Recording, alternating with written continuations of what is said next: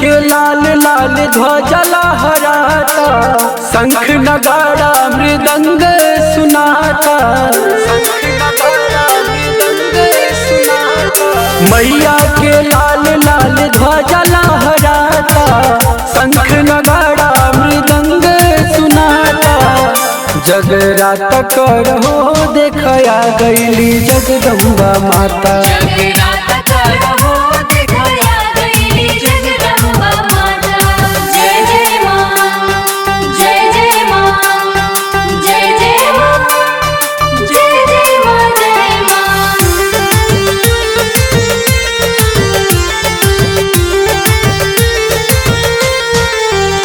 जगराता करहो देखया गईली जगदम्बा माता।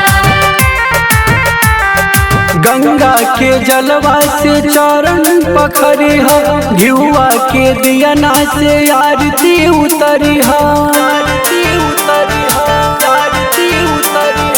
गंगा के जलवा से चरण पखरी हो, घिउआ के दियना से आरती उतरी हो। सोनवा के छत्र सिर माई के सुहाता, सोरहु सिंगार देखी मनवा जुड़ाता। जगराता करहो देखया गईली जगदम्बा माता। जगराता करहो देखया गईली जगदम्बा माता।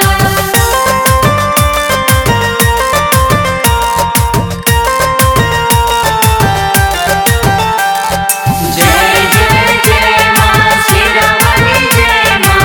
जय जय जय माँ जोतावाली, जय माँ। लाली चुनरिया नरियर चढ़ई हा, धीरे धीरे हौल हौल चावर डोलई हा। मन से लगावा माई के जयकारा, माई लगई है तोहर नैया किनारा।